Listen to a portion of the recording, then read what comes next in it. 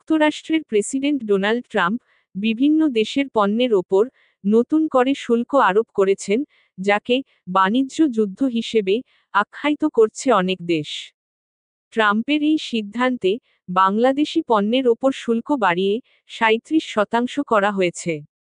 এতদিন দেশটিতে বাংলাদেশি পণ্যের ওপর গড়ে ১৫% করে শুল্ক ছিল।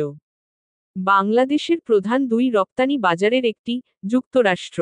বাংলাদেশের প্রধান রপ্তানি পণ্য তৈরি পোশাকের একটি বড় অংশ রপ্তানি হয় দেশটিতে। যুক্তরাষ্ট্রে বছরে বাংলাদেশের রপ্তানি হয় প্রায় $৮.৪ বিলিয়ন, যা প্রধানত তৈরি পোশাক। গত বছর যুক্তরাষ্ট্রে তৈরি পোশাক রপ্তানি দাঁড়ায় $৭.৩৪ বিলিয়ন। নতুন করে উচ্চ মাত্রায় এই শুল্ক আরোপে বাংলাদেশের রপ্তানি, বিশেষ করে তৈরি পোশাক খাতে বড় ধরনের নেতিবাচক প্রভাব পড়বে বলে অর্থনীতিবিদদের আশঙ্কা।